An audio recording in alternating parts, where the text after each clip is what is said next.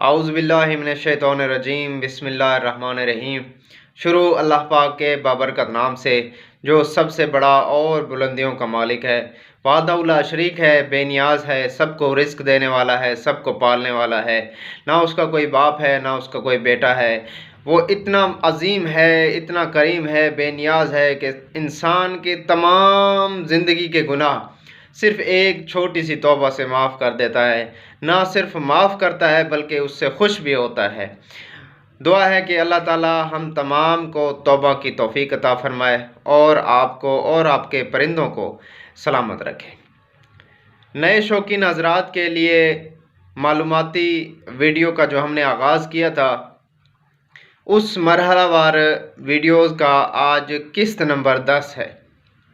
अगर आपने हमारी पिछली किस्तें नहीं देखी तो मैं डिस्क्रिप्शन में उनके लिंक्स सेंड कर दूंगा, आप वो भी देख सकते हैं, या फिर मेरे चैनल को विज़िट कर लें, आपको वहाँ पे ही वो किस्तें मौजूद हैं। बेसिक मालूमात हैं जो कि हर नए शौकीन के लिए ज़रूरी हैं।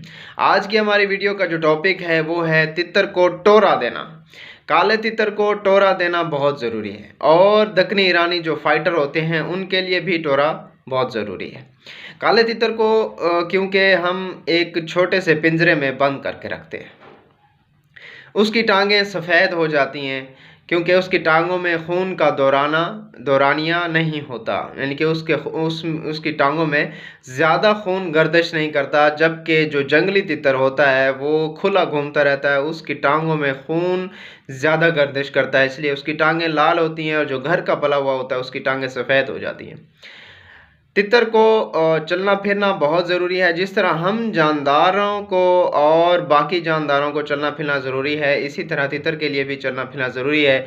हम उसको खुला तो नहीं छोड़ सकते, लेकिन उसको फिर टोरा दिया जाता है। टोरा इस तरह दिया जाता है कि उसके ऊपर अगर वो डरबाज है तो कपड़ा डालकर टोरा दिया जाता है, और अगर वो ठीक है तो उसके ऊपर जाली या बारीक कपड़ा, जिसे मलमल का कपड़ा भी कहते हैं, वो बारीक कपड़ा देकर टोरा दिया जाता है।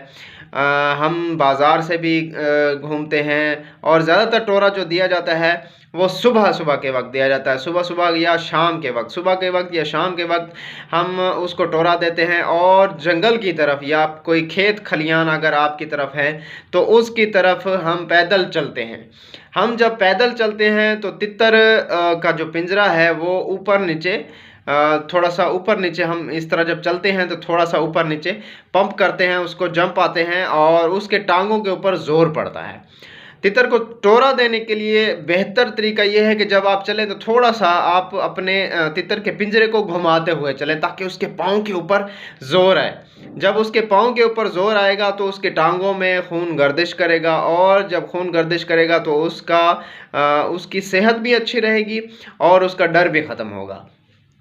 शहर का अगर टोरा देते हैं तब भी उसका डर ख़त्म होगा और वो ज़्यादा बोलने लग जाएगा। और जो जंगल का टोरा है वो तो बहुत ही ज़रूरी है। तमाम शौकीन हज़रात जो आला सतह के उस्ताद हैं वो भी फरवरी के बाद, मार्च के शुरू में या फरवरी के एंड में, जैसे ही मौसम ठीक होता है तो टोरा शुरू कर देते हैं, टोरा देना शुरू कर देते हैं, जंगल का टोरा देना शुरू कर देते हैं। आप टोरा दें तकरीबन 1 किलोमीटर 2 किलोमीटर, जितना आप पैदल चल सकते हैं, घर से दूर जाएं, जंगल की तरफ जाएं, वहाँ जाके तितर को रखें। जंगल में तितर को खोलें, उसको रेस्ट दें। रेस्ट देने के बाद फिर आधा घंटा, 15 मिनट, 20 मिनट, आधा घंटा वहाँ पर रखें।